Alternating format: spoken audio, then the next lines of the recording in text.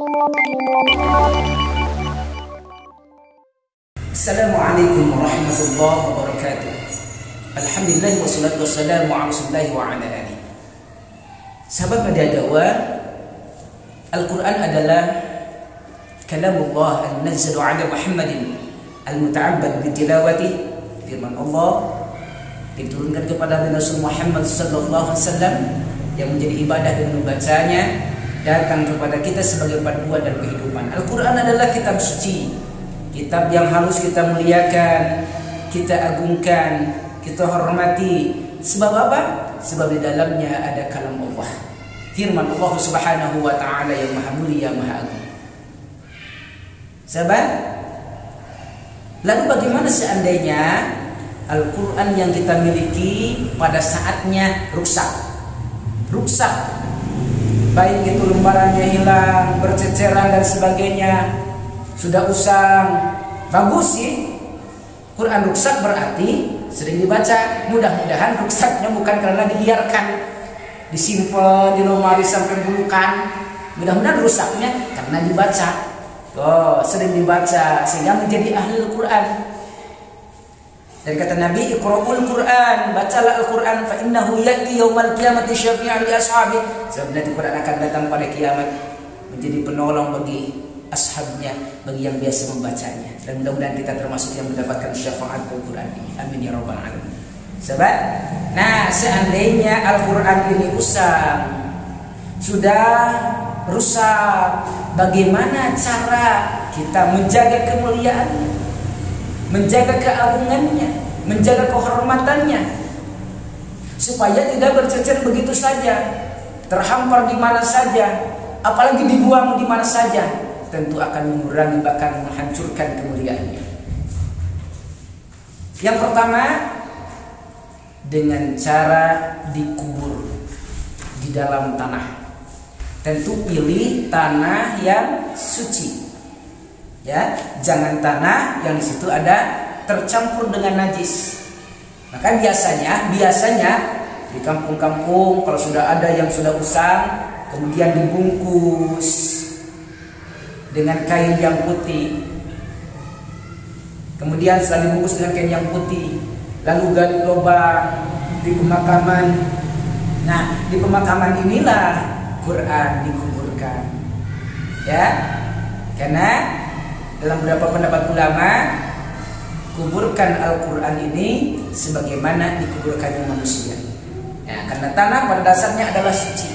Tapi tetap di lingkungan kita ada tanah-tanah yang sudah suci, yang berdekatan dengan selokan dan sebagainya. Di situ ada air dari rumah-rumah, tentu di sana ada air bekas mandi, bahkan mungkin air kencing dan lain sebagainya. Dan itu sudah bercampur dengan najis, sebaiknya tidak dibuang sembarangan. Cari tanah yang suci, yang bersih, yang kita bisa menguburkan Al-Quran itu. Itu yang pertama, dikuburkan. Kemudian yang kedua, dibakar.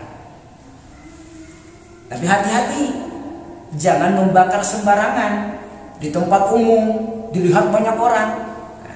Biasanya nih kalau di masjid ini saya menemukan yang sudah usang, sangat rusak. Kalau dibiarkan bahaya, nanti berceceran, khawatir terinjak dan sebagainya. Biasanya dikumpulkan. Kemudian karena Al-Quran pertama turun pada bulan Ramadan, ya, biasanya saya dengan anak-anak yang di masjid, yang tunggu di masjid ini, diajak untuk membakarnya pertengahan malam, dan itu pada bulan Ramadan lagi sepi-sepinya. Dan sahabat tidak sembarangan membakar. Dibakarnya pun menggunakan wadah yang khusus, yang abunya nanti tidak berserakan kemana-mana. Lalu abunya dikumpulkan. Setelah terkumpul abunya, biasanya yang kami lakukan adalah dibuang ke taman-taman yang ada di lingkungan masjid, yang yakin bahwa taman itu tidak akan terkenai benda-benda atau barang-barang atau cairan yang najis, yang ada potnya.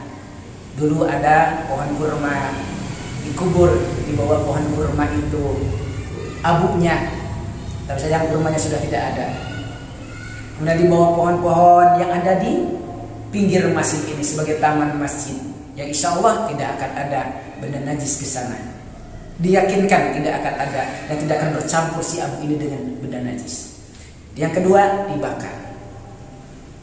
Yang ketiga, dibiarkan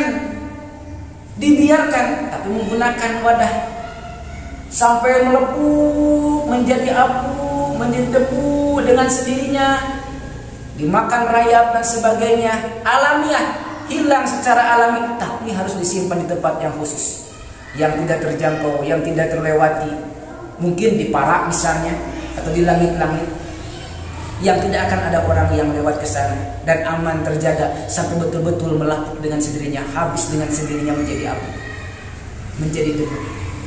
Kalaupun nanti terbawa oleh angin dan sebagainya, debu itu kan suci pada dasarnya.